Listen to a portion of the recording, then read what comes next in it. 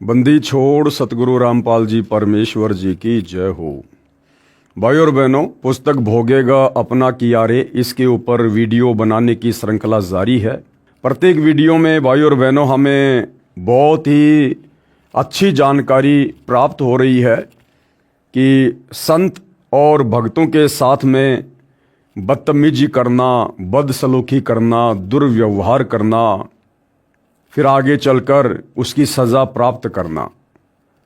तो भाई और बहनों हमें शिक्षा भी मिल रही है और साथ में करोथा कांड से लेकर बरवाला कांड, इनमें किन किन लोगों की विशेष भूमिका रही है, सतगुरु रामपाल जी परमेश्वर जी का प्रत्यक्ष या अप्रत्यक्ष रूप से उन लोगों के प्रति क्या रवैया रहा है, ये सारी बातें हमें इस पुस्तक भोगेगा अपना किया से प्राप्त हो रही है। साथ ही सतगुरु रामपाल जी के विषय में वर्तमान समय को लेकर बहुत सारे भविष्य वक्ताओं ने सैकड़ों वर्ष पहले भविष्यवाणियां की हुई हैं। उन भविष्यवाणियों से हमें पता चल रहा है कि वर्तमान में सतगुरु रामपाल जी परमेश्वर जी ही वह युग परिवर्तन का कारण बनने वाले महापुरुष हैं, जिनकी अध्यक्षता में पूरा विश्व एक होगा। जय गुरुदेव की भविष्यवाणी हमने पढ़ी, फ्लोरेंस की भविष्यवाणी हमने पढ़ी। आज हम नास्त्रदमस की भविष्यवाणी को देखेंगे कि उन्होंने सैकड़ों वर्ष पहले सतगुरु रामपाल जी के विषय में क्या कुछ अपनी दिव्य दृष्टि से देखकर कहा है। उसी दिव्य महापुरुष, कौन से दिव्य महापुरुष? सतगुरु रामपाल जी के विषय में नास्त्रदमस की भविष्यवाणी। संत रामपाल जी महाराज की अध्यक्षता में हिंदुस्तान विश्व धर्म गुरु के रूप में प्रतिष्ठित होगा। इसमें कोई संशय नहीं है भाई और बहनों, कोई मीन मेख नहीं है किसी भी प्रकार की। ये वर्तमान में आप लोगों को चाहे विश्वास हो या ना हो, क्योंकि अभी आप जी अध्यात्म से दूर हैं, सतगुरु रामपाल जी के प्रवचनों से दूर हैं। लेकिन जब आप सतगुरु रामपाल जी के सत्संग सुनना शुरू करेंगे, आपको पता चलेगा कि सतगुरु रामपाल जी के अलावा धर्म ग्रंथों का सार, निष्कर्ष, उनके अंदर छुपा हुआ वो तत्व भेद आज तक किसी भी व्यक्ति ने, चाहे वो आचार्य हो, शंकराचार्य हो, मंडलेश्वर हो, किसी भी धर्म का धर्म गुरु हो, उसने अपने समाज को निकाल कर नहीं दिया। और सतगुरु रामपाल जी सन 1994 से न केवल हिंदू धर्म के धर्मशास्त्रों का, बल्कि मुस्लिम, ईसाई, सिख व अन्य धर्मों के धर्म ग्रंथों का निष्कर्ष अर्थात भक्ति के विषय में संपूर्ण जानकारी, सृष्टि रचना संपूर्ण जानकारी उन्होंने सर्व समाज के सामने प्रस्तुत कर दी है, जो कि सर्व धर्मशास्त्रों से प्रमाणित है। तो आने वाले समय में भारत ही आध्यात्मिक मामले में सर्वोपरि देश होगा और भारत को सर्वोपरि देश बनाने में सतगुरु रामपाल जी का ही एकमात्र महत्वपूर्ण योगदान होगा। तो सतगुरु रामपाल जी ही आने वाले समय में विश्व गुरु के रूप में पूरी दुनिया के सामने प्रकट होंगे। फ्रेंच यानी फ्रांस देश के नास्त्रदमस नामक प्रसिद्ध भविष्यवक्ता ने सन ईस्वी सन 1555 में 1000 श्लोकों में भविष्यवाणी की सांकेतिक सत्य भविष्यवाणियां लिखी हैं।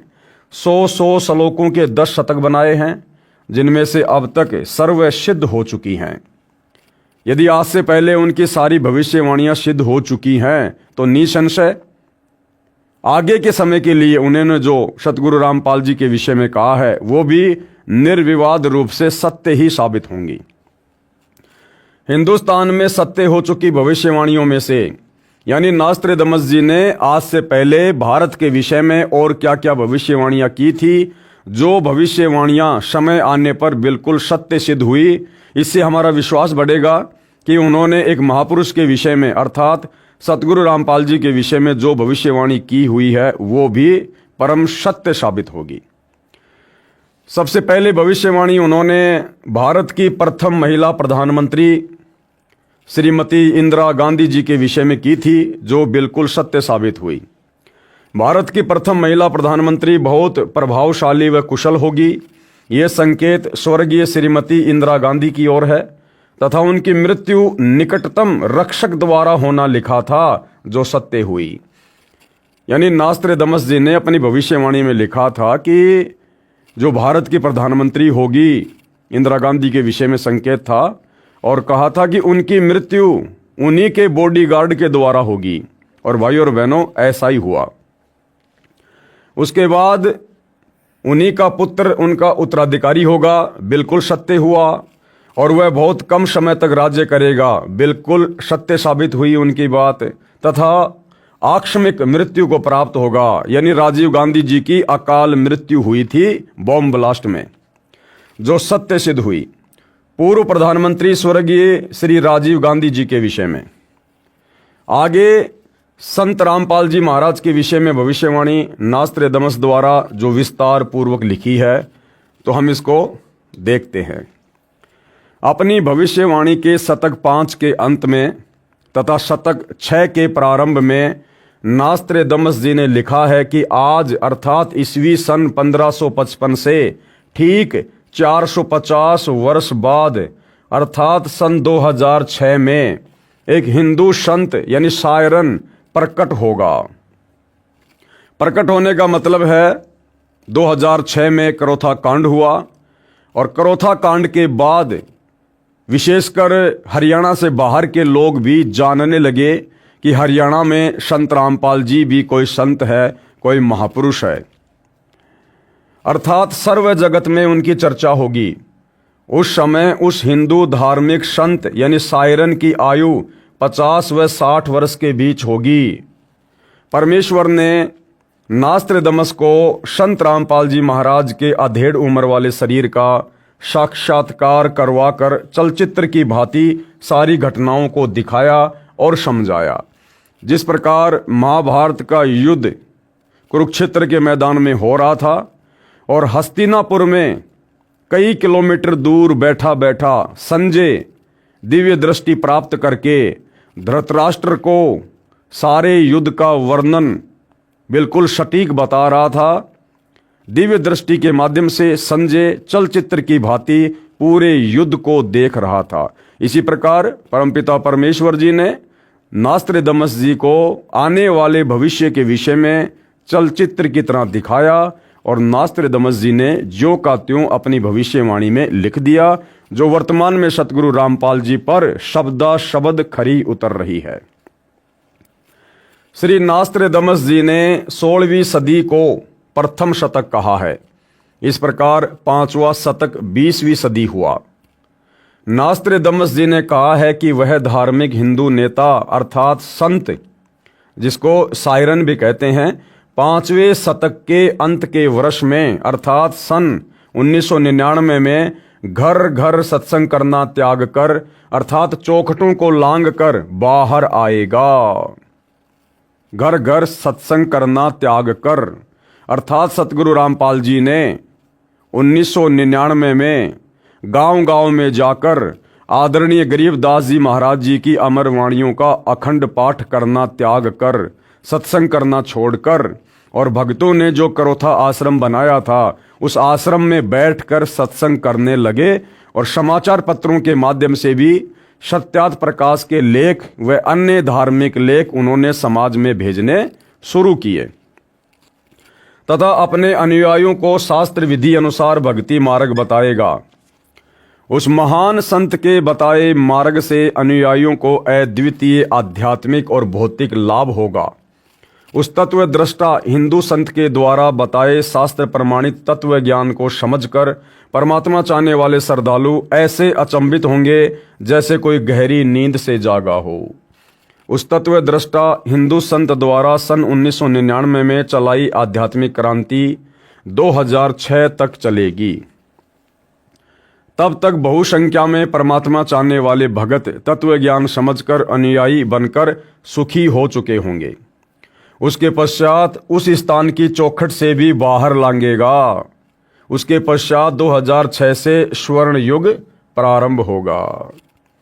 नोट: प्रिय पाठक जन कृपया पढ़ें निम्न भविष्यवाणी जो फ्रांस देश के वासी श्री नास्त्रेदमस जी ने की थी, जिसके विषय में मद्रास के एक ज्योतिष शास्त्री के एस कृष्णमूर्ति ने कहा है कि नास्त्रेदमस जी द्वारा सन 1555 में लिखी भविष्यवाणियों का यथार्थ अनुवाद सन 1998 में महाराष्ट्र में एक ज्योतिष शास्त्री करेगा। वह ज्योतिष शास्त्री नास्त्रेदमस की भविष्यवाणी का सांकेतिक भाषा का स्पष्टीकरण कर उसमें लिखित भविष्य घटनाओं का अर्थ देकर अपना भविष्य ग्रंथ प्रकाशित करेगा। यानी महाराष्ट्र का कोई एक ज्योतिषाचार्य होगा जो नास्त्रेदमस की सांकेतिक भविष्यवाणियों को समझकर और सरल भाषा में, मराठी भाषा में लिखेगा और एक नए ग्रंथ की रचना करेगा। उसी ज्योतिष शास्त्री द्वारा यथार्थ अनुवादित की गई पुस्तक के अनुवादकर्ता के शब्दों में पढ़िए। यानी उस ज्योतिषाचार्य ने क्या कुछ लिखा है नास्त्रेदमस की भविष्यवाणियों को सरल करके, जो सतगुरु रामपाल जी पर फिट बैठती हैं। पेज नंबर 32 व 33 पर, ठहरो, स्वर्ण युग अर्थात राम राज्य आ रहा है, यानी आध्यात्मिक राज्य आ रहा है या आध्यात्मिक युग आ रहा है। एक अधेड़ उम्र का औदार्य यानी उदार अजोड़ महासत्ता अधिकारी भारत ही नहीं सारी पृथ्वी पर स्वर्ण युग लाएगा और अपने सनातन धर्म का पुनरुत्थान करके यथार्थ भक्ति मार्ग बताकर सर्वश्रेष्ठ हिंदू राष्ट्र बनाएगा। ध्यान से सुनना भाइयों और बहनों, लिखने वाले सतलोक आश्रम वाले हैं। क्या लिख रहे हैं? और अपने सनातन धर्म का पुनरुत्थान करके, यानी जो सनातन धर्म धीरे धीरे लुप्त होता जा रहा है, लुप्त हो ही चुका है, केवल सनातन का नाम रह गया, बाकी सारे कर्म और भक्ति सनातन के विपरीत भारतवासी कर रहे हैं। तो वो जो महापुरुष होगा वो दोबारा से सनातन का पुनरुत्थान करेगा। यानी धार्मिक क्षेत्र में उससे बड़ा योगदान, उससे बड़ी क्रांति और कोई नहीं लाएगा। ये पुस्तक भाइयों और बहनों सतलोक आश्रम वालों ने लिखी थी 2014 के बरवाला कांड से पहले, और वर्तमान समय चल रहा है 2025 का, जिस समय आप ये वीडियो देख रहे हैं। लिखने वाले सतलोक आश्रम वाले क्या लिख रहे हैं कि वह महापुरुष अर्थात संत रामपाल जी सनातन धर्म का पुनः उत्थान करेगा। और भाइयों और बहनों, अभी 12 दिसंबर 2025 को इन्हीं सतलोक आश्रम वालों ने सतगुरु रामपाल जी का झूठा मान सम्मान दिल्ली में उनकी फोटो को ले जाकर, और एक कोई काली रमन संस्था थी उसके द्वारा कोई कार्यक्रम आयोजित किया जाता है हर साल, यानी अपने सामाजिक लोगों को वो लोग भारत गौरव अवार्ड के नाम से कोई पुरस्कार देते हैं। तो सतलोक आश्रम वाले वहां पर सतगुरु रामपाल जी की फोटो को ले गए, क्योंकि सतगुरु रामपाल जी वर्तमान 2025 में हिसार जेल में बैठे हुए, और वहां जाकर इन लोगों ने सतगुरु रामपाल जी का उस संस्था से सम्मान करवाया। और सतगुरु रामपाल जी को जो अवार्ड दिया गया वो किस क्षेत्र में दिया गया, आपको जानकर हैरानी होगी, सामाजिक कार्यों के क्षेत्र में। यानी हरियाणा में जो बाढ़ आई हुई थी, इन सतलोक आश्रम वालों ने फ्री में मोटर और पाइपें देकर बाढ़ का पानी निकलवा दिया, जिस कारण से इन्होंने सतगुरु रामपाल जी को सामाजिक कार्यकर्ता के रूप में ज्यादा प्रसिद्ध कर दिया। तो उस काली रमन संस्था ने संत रामपाल जी को सामाजिक कार्यों में योगदान के लिए एक वो मोमेंटो दे दिया। और भाइयों और बहनों, उसी कार्यक्रम में एक और संत था, बिल्कुल नकली, उसको अपने नाम का परिचय देने का भी ज्ञान नहीं, स्वयं अपने नाम से पहले कह रहा कि मैं स्वामी फला फला आचार्य, जबकि अपने नाम से पहले कोई भी व्यक्ति श्री या स्वामी शब्द का यूज नहीं कर सकता। उसके चेले कर सकते हैं, दूसरा कर सकता है। तो जिस व्यक्ति को स्वयं के नाम का परिचय देने का भी ज्ञान नहीं, उस व्यक्ति को वहां पर बहुत बड़ा संत बनाकर, और उसको जो अवार्ड दिया गया वो क्या था पता है? सनातन धर्म का पुनरुत्थान करने का अवार्ड, धार्मिक क्षेत्र में महान कार्य करने का अवार्ड। यानी इन सतलोक आश्रम वालों की आंखों के सामने धार्मिक क्षेत्र का, सनातन धर्म का पुनः उत्थान करने का जो अवार्ड है वो तो दिया गया एक नकली संत को, जिसको भक्ति मार्ग का कै ख गै का भी ज्ञान नहीं। और सतगुरु रामपाल जी जो वास्तव में सारी सृष्टि के रचयिता हैं, अध्यात्म की जिन्होंने शुरुआत की है, इनके अलावा भक्ति मार्ग के विषय में कोई ABCD भी बता नहीं सकता।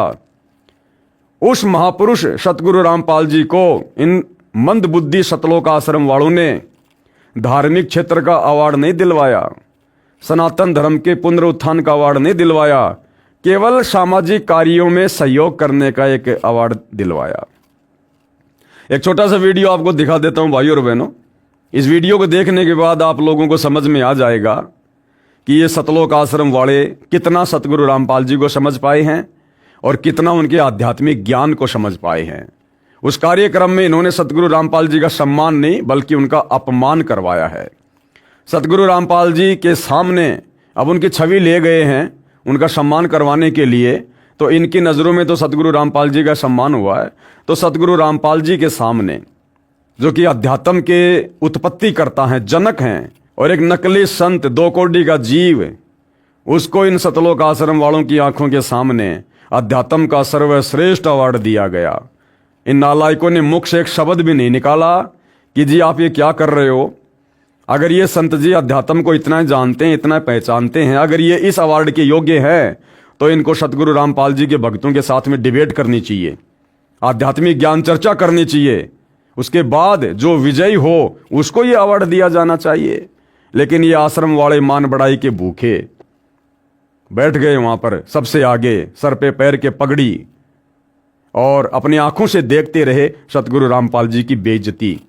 और जिस नकली संत को अवार्ड दिया गया उसका भी एक छोटा सा वीडियो आप देख लीजिए। उसका इंटरव्यू भी यही सतलोक आश्रम वाले ले रहे हैं, खुशी खुशी इंटरव्यू ले रहे हैं, जबकि शर्म के मारे इनको डूब के मर जाना चाहिए था। देखिएगा।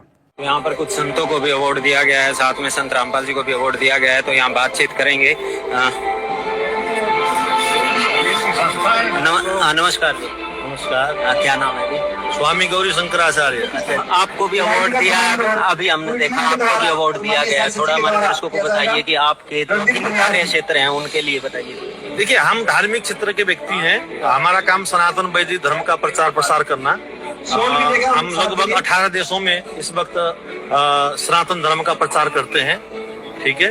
और योग है हमारा जो सब्जेक्ट है, मेडिटेशन है। इस प्रकार से हम समाज में कई देशों में हम लोग कार्यक्रम करते हैं। और विशेष हम ये कह सकते हैं कि हम एक सच्चे सिपाही है सनातन वैदिक धर्म के, और उसके लिए जो हो सकता है क्षेत्र में हम आगे बढ़ते हैं। तो भाइयों और बहनों, ये छोटा सा वीडियो दिखाने का मेरा मकसद ये था कि जो सतलोक आश्रम वाले इस पुस्तक में खुद लिख रहे हैं सतगुरु रामपाल जी के विषय में कि सनातन धर्म का पुनरुत्थान करके यथार्थ भक्ति मार्ग बताकर सर्वश्रेष्ठ हिंदू राष्ट्र बनाएगा, तो सतगुरु रामपाल जी के बारे में ये खुद क्या लिख रहे हैं। और वर्तमान में ये लोग सतगुरु रामपाल जी को भक्ति मार्ग का सर्वश्रेष्ठ योद्धा घोषित ना करके, साबित ना करके, एक छोटे से सामाजिक कार्यकर्ता के रूप में समाज के सामने पेश करके उनकी बेइज्जती करवा रहे हैं।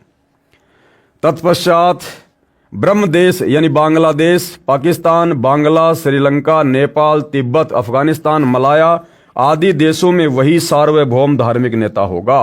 यानी पूरे एशिया में सतगुरु रामपाल जी ही सबसे बड़ी सार्वभौमिक सत्ता के रूप में, शासक के रूप में उभर कर आएंगे। और सत्ताधारी चांडाल चौकड़ियों यानी वर्तमान में जो राजनीति का हिस्सा हैं, मंत्री, प्रधानमंत्री, मुख्यमंत्री, सत्ताधारी चंडाल चौकड़ियों पर उसकी सत्ता होगी।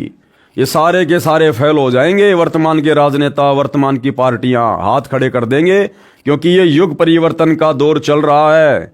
2028 निर्धारित है। ऐसी विकट परिस्थितियां देश और दुनिया में पैदा होंगी, ये राजनेता ऊपर को हाथ खड़े करके भागेंगे, जैसे नेपाल में भाग रहे थे। उस समय सतगुरु रामपाल जी अपने हाथों में पूरे विश्व की बागडोर को संभालेंगे। वह नेता दुनिया को अधाप मालूम होना है, बस देखते रहो। फिर आगे क्या लिखते हैं नास्त्रेदमस जी? पृष्ठ 40 पर फिर लिखा है, ठहरो राम राज्य यानी स्वर्ण युग आ रहा है। जून 1999 से 2006 तक चलने वाली उत्क्रांति में स्वर्ण युग का उत्थान होगा। हिंदुस्तान में उदय होने वाला तारणहार सायरन दुनिया में सुख, समृद्धि व शांति प्रदान करेगा। क्योंकि सुख, समृद्धि और शांति भाइयों और बहनों विज्ञान से पैदा नहीं होती है, शास्त्र विरुद्ध साधना से पैदा नहीं होती है। संसार में सुख और शांति शास्त्र अनुकूल सत भक्ति करने से होती है, क्योंकि जब हम शास्त्र अनुकूल सत भक्ति करेंगे और विधि विधान से धर्म यज्ञ करेंगे तो उससे हमारे पुण्यों में वृद्धि होती है, और जब पुण्यों में वृद्धि होगी तो ऑटोमेटिक परमात्मा के विधान अनुसार जीव सुखी होगा। नास्त्रेदमस जी ने निसंदेह कहा है कि प्रकट होने वाला सायरन, यानी सारी दुनिया के सामने अचानक से प्रकट होने वाला सायरन अभी ज्ञात नहीं है, लेकिन वह क्रिश्चियन अथवा मुसलमान हरगिज नहीं है, वह हिंदू ही होगा। और मैं नास्त्रेदमस उसका अभी छाती ठोक कर गर्व करता हूं, क्योंकि उस दिव्य स्वतंत्र सूर्य सायरन का उदय होते ही सारे पहले वाले विद्वान कहलाने वाले महान नेताओं को निष्प्रभ होकर उसके सामने नम्र बनना पड़ेगा। यानी भाइयों और बहनों, आने वाले समय में 2 से 3 वर्षों में जो तांडव धरती पर मचेगा युग परिवर्तन के दौरान, उस समय ये दुनिया भर के जितने भी बड़े बड़े नेता हैं जिनकी वर्तमान में बहुत बड़ी महिमा हो रही है, चाहे कोई किसी देश का प्रधानमंत्री हो, चाहे राष्ट्रपति हो, और आध्यात्मिक क्षेत्र में जितने बड़े बड़े धर्मगुरु हैं, चाहे किसी भी धर्म से संबंधित हों, आचार्य, शंकराचार्य, पोप, पादरी, मुल्ला, मौलवी, इन सब को आने वाले समय में सतगुरु रामपाल जी के आगे नतमस्तक होना पड़ेगा, विनम्र होना पड़ेगा, और ये स्वीकार करना पड़ेगा कि हम तो आप जी के सामने ऊंट के मुंह में जीरे के बराबर भी नहीं हैं। वह हिंदुस्तानी महान तत्वदृष्टा संत सभी को अभूतपूर्व राज्य प्रदान करेगा। वह समान कायदा, समान नियम बनाएगा। स्त्री पुरुष में, अमीर गरीब में, जाति और धर्म में कोई भेदभाव नहीं रखेगा, किसी पर अन्याय नहीं होने देगा। उस तत्वदर्शी संत का सर्व जनता विशेष सम्मान करेगी। माता पिता तो आदरणीय होते ही हैं, परंतु आध्यात्मिकता व पवित्रता के आधार पर उस शायरन यानी तत्वदर्शी संत का माता पिता से भी अलग श्रद्धा स्थान होगा। यानी भाइयों और बहनों, आज हमें पता चल गया कि माता पिता ने तो केवल हमारे को जन्म दिया, और जन्म देने के लिए भी केवल माता पिता निमित्त बने हैं। एक माता पिता की औकात नहीं है कि 2 पानी की बूंद से शारीरिक मिलन करके और एक इस प्रकार से जीवित इंसान को जन्म दे देंगे। ये सारा का सारा विधान परमात्मा का बनाया हुआ है, माता पिता केवल निमित्त बनते हैं। तो आज सतगुरु रामपाल जी के तत्व ज्ञान से आप और हमें भली भांति समझ में आ गया है कि माता पिता तो केवल हमारे को संसार में लाने का एक माध्यम है, और संसार में हम क्यों लाए गए हैं, ये मनुष्य जन्म क्यों मिला है, शास्त्र अनुकूल सत भक्ति करके आत्म कल्याण करवाने के लिए। और ये मौका किसने दिया? परमपिता परमेश्वर कबीर जी ने। और वही परमपिता परमेश्वर कबीर जी वर्तमान में उसी महापुरुष सतगुरु रामपाल जी के नाम से प्रकट हैं। तो सारा का सारा खेल ये किसका? सतगुरु रामपाल जी का। इसलिए माता पिता का तो हम सम्मान करते करते हैं, सब ने करना चाहिए, लेकिन माता पिता से लाखों गुना ज्यादा सम्मान और श्रद्धा हमारे दिलो दिमाग में सतगुरु रामपाल जी परमेश्वर जी के प्रति है। हमारे माता पिता की श्रद्धा भी सतगुरु रामपाल जी के चरणों में है, और हमारी भी विशेष श्रद्धा सतगुरु रामपाल जी के ही चरणों में है, क्योंकि उनकी शरण के बिना जीव का कल्याण नहीं हो सकता। वो जीव चाहे माता पिता हो, चाहे उनके बेटा बेटी हों, और यदि आत्म कल्याण नहीं हुआ तो अगले जन्म में माता पिता भी लक 84 में गधे कुत्ते बनेंगे, और वो बेटा बेटी भी गधे कुत्ते के शरीर प्राप्त करेंगे।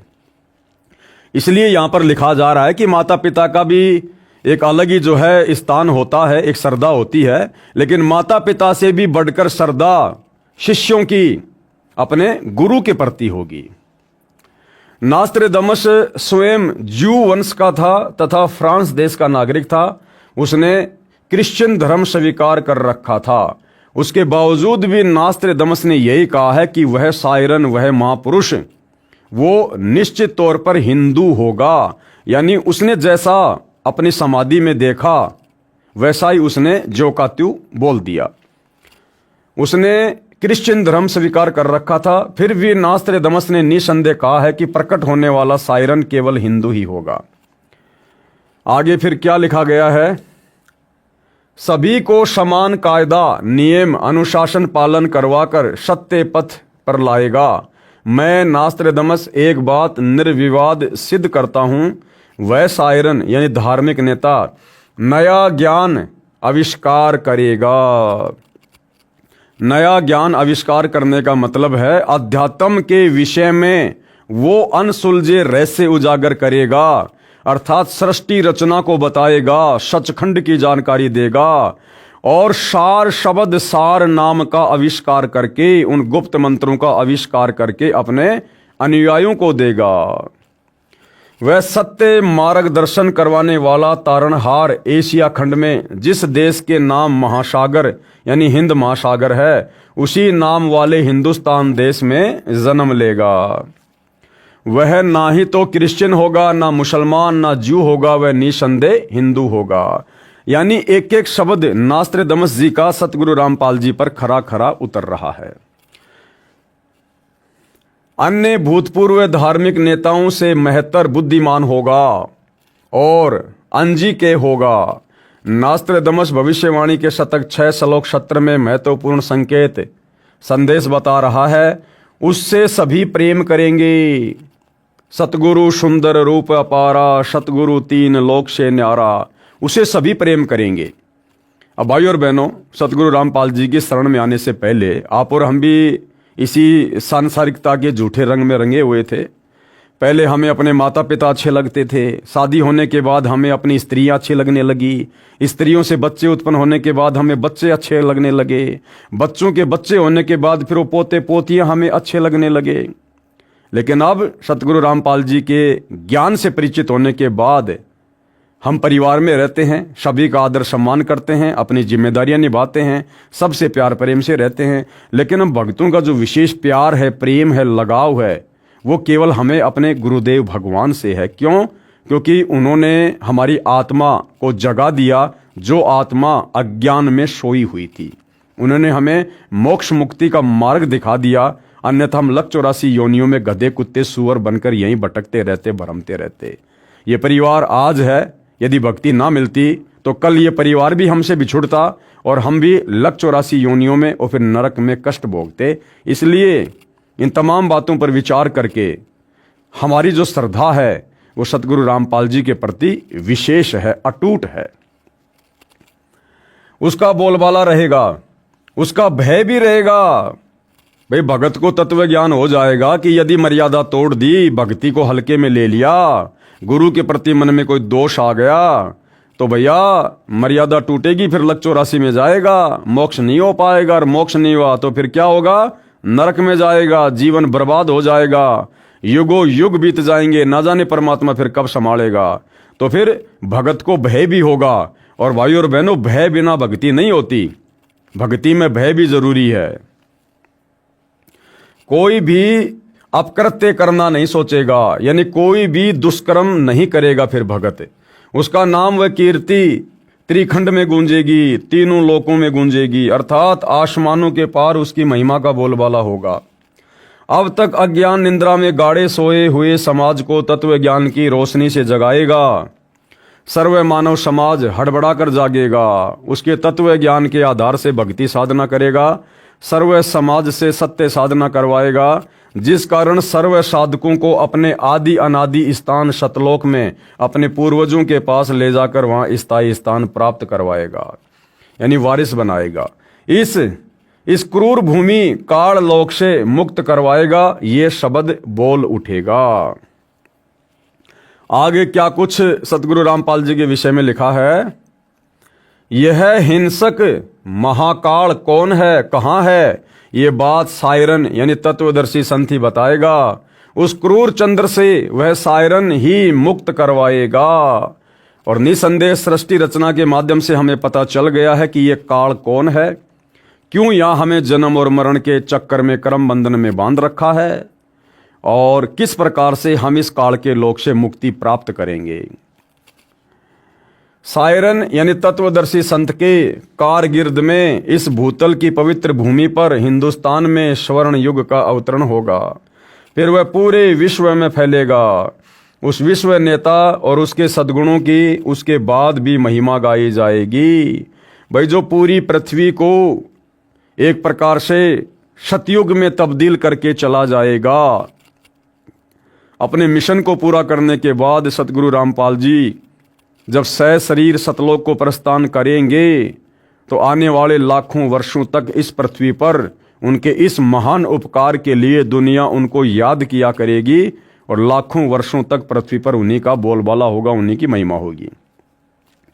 उसके मन की शालीनता, विनम्रता, उदारता का इतना रेल पेल बोलबाला होगा कि इससे पहले नमूद किए हुए शतक 6 श्लोक 70 के आखिरी पंक्ति में किया हुआ उल्लेख कि अपना शब्द खुद ही बोल उठता है और शायरन की ही जुबान बोल रही है कि शायरन अपने बारे में बस 3 ही शब्द बोलता है, एक, विजयी और ज्ञाता।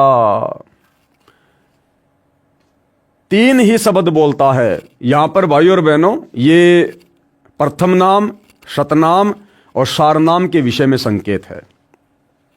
इसके साथ और विश्लेषण ना चिपकाएं, मुझे मंजूर नहीं होगा। इसके साथ और कोई मंत्र संत्र मत चिपका देना, ये बिल्कुल भी मुझे मंजूर नहीं होगा। कौन कह रहा है? नास्त्रेदमस। जबकि सतलोक आश्रम वालों ने तो चिपका दिया, सार शब्द के नाम पे चौथा मंत्र चिपका दिया।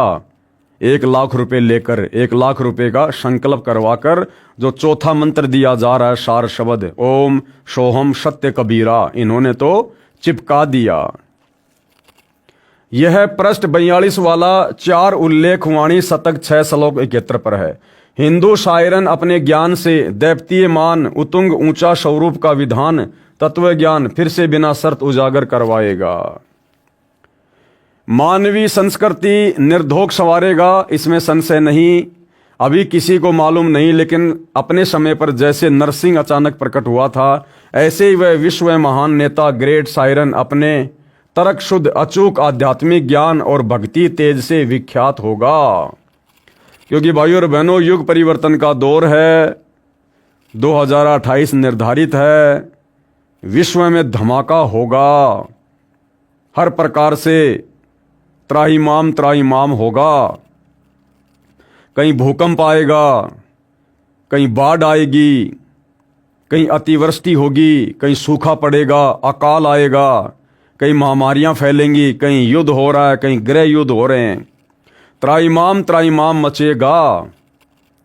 और उस समय किसी भी धर्म के ना ही तो देवी देवता आगे आकर मदद करेंगे, ना ये नकली साधु संत महात्मा सामने आएंगे, और ना किसी राष्ट्र का राष्ट्राध्यक्ष, कोई प्रधानमंत्री, मुख्यमंत्री या राष्ट्रपति जनता की पुकार सुनेगा या उनका बचाव करेगा। ये राजनेता भी हाथ ऊपर खड़े करके भागते नजर आएंगे। उस समय भाइयों और बहनों, भारत देश की सत्ता को सर्वप्रथम सतगुरु रामपाल जी अपने हाथ में लेंगे और फिर इन्हीं की देखरेख में, इन्हीं के अनुयायियों के द्वारा फिर पूरे विश्व की सत्ता को संभाला जाएगा। दोबारा से शांति स्थापित की जाएगी, संसार में स्थिरता आएगी। मैं नास्त्रेदमस अचंभित हूं, मैं ना उसके देश जहां से अवतरित होगा अर्थात सतलोक देश को, तथा ना उसको जानता हूं। अब देखो भाइयों और बहनों, कितने संकेत हैं, लेकिन ये सतलोक आश्रम वाले नहीं समझ पाए।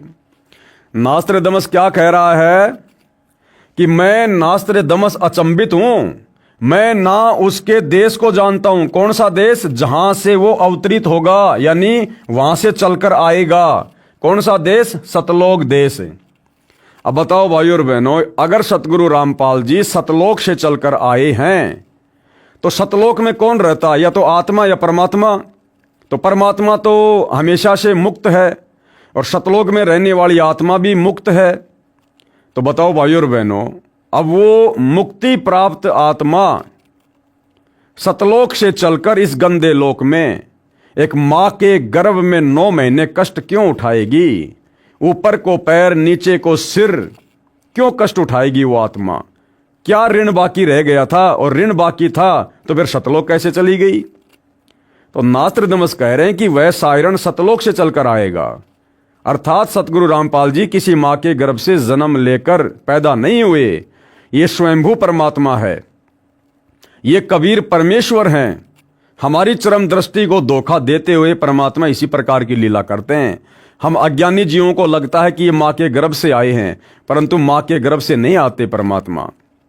इसलिए भाइयों और बहनों, अपने गुरुजी को मां के गर्भ से जन्म लेकर जन्म लिया हुआ कहना या समझना अपने गुरुदेव भगवान के ऊपर संदेह करने में आता है, गुरु को मानुष मानने में आता है। और आदरणीय गरीबदास जी कहते हैं, गुरु को मानुष जो गिने, मानुष यानी एक मनुष्य जैसा। अब मां के गर्भ से तो मनुष्य जन्म लेके आएगा, भगवान जन्म लेके नहीं आता। तो गरीबदास जी कहते हैं, गुरु को मानुष जो गिने, कर चरणा अमृत को पान, ते नर नरक में जाएंगे, जन्म जन्म बने समान। तो अपने गुरु को मानुष मानने वाला अर्थात मां के गर्भ से जन्म लेकर आया हुआ मानने वाला, बताने वाला, लिखने वाला, गरीबदास जी कहते हैं अंत में नरक में जाएगा और कुत्ते की योनि प्राप्त करेगा। तो भाई सतलोक आश्रम वाले भाई बहनों, कम से कम नास्त्रेदमस जी की भविष्यवाणी पर तो विश्वास कर लो कि वो सायरन कहां से आएगा। मैं नास्त्रेदमस अचंभित हूं, मैं ना उसके देश जहां से अवतरित होगा अर्थात सतलोक देश को तथा ना उसको जानता हूं। मैं उसे सामने देख भी रहा हूं क्योंकि उसकी पूर्व जन्म की भक्ति कमाई से परमात्मा चलचित्र की भांति वर्तमान समय को दिखा रहे थे।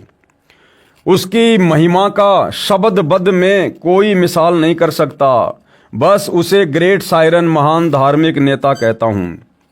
अपने धर्म बंधुओं की सदकालीन समस्या से दयनीय अवस्था से बेचैन होता हुआ, स्वतंत्र ज्ञान सूर्य का उदय करता हुआ, अपने भक्ति तेज से जग का तारणहार 5वें शतक 20वीं सदी के अंतिम वर्ष के अंत में यानी ईस्वी 1999 अधेड़ उम्र का विश्व का महान नेता जैसे तेजस्वी सिंह मानव उद्विग्न अवस्था से चौखट लांघता हुआ मेरे नास्त्रेदमस के मन का भेद ले रहा है और मैं उसका स्वागत करता हुआ आश्चर्यचकित हो रहा हूं। उदास भी हो रहा हूं क्योंकि उसका दुनिया को ज्ञान ना होने से मेरा सायरन तत्वदर्शी संत अपेक्षा का पात्र बनेगा। अर्थात उस तत्वदर्शी संत को परमेश्वर के रूप में ना पहचान कर ना जानकर दुनिया उनके सतज्ञान का विरोध करेगी, उनको विरोध का सामना करना पड़ेगा। अर्थात 2006 का करोथा कांड हुआ, लोगों ने नहीं समझा अपने तारणहार को। फिर 2014 में बरवाला कांड हुआ, भगत भी नहीं समझ पाए अपने गुरुदेव भगवान को। इसलिए नास्त्रेदमस जी ने लिखा है कि दुनिया उसको ना समझकर और उसका विरोध करेगी, उस महान संत को अपेक्षा का पात्र बनना पड़ेगा, उपेक्षा का पात्र बनना पड़ेगा। तो 2006 में तो सतगुरु रामपाल जी को ना समझकर जज्जर, करोथा, डिग्गल, बागपुर आदि गांव के लोगों ने अपने कर्म बिगाड़ लिए और 2014 बरवाला कांड के समय खुद सतगुरु रामपाल जी के बेटा बेटी भाई बंधु रिश्तेदारों ने ना समझकर अपनी मनमानियां करते हुए बरवाला कांड जैसी घटना को जन्म देकर अपने कर्म फोड़ लिए। क्योंकि उसका दुनिया को ज्ञान ना होने से मेरा सायरन तत्वदर्शी संत उपेक्षा का पात्र बन रहा है। मेरी यानी नास्त्रेदमस की चित्त भेदक भविष्यवाणी की और उस वैश्विक सिंह मानव की उपेक्षा ना करें। नास्त्रेदमस जी कह रहे हैं कि मेरी भविष्यवाणी को सामान्य ना समझें और मैं जिस महापुरुष के विषय में बातें कह रहा हूं उसको भी कमजोर ना समझे, कम ना समझे, मजाक में ना ले इन बातों को। उसके प्रकट होने पर तथा उसके तेजस्वी तत्व ज्ञान रूपी सूर्य उदय होने से आदर्शवादी श्रेष्ठ व्यक्तियों का पुनरुत्थान तथा स्वर्ण युग का प्रभात शतक 6 में आज ईस्वी 1955 से 450 वर्ष बाद अर्थात 2006 में अर्थात 1555 प्लस 450 बराबर 2005 के पश्चात अर्थात 2006 में शुरुआत होगी। इस कृतार्थ शुरुआत का मैं नास्त्रेदमस दृष्टा हो रहा हूं।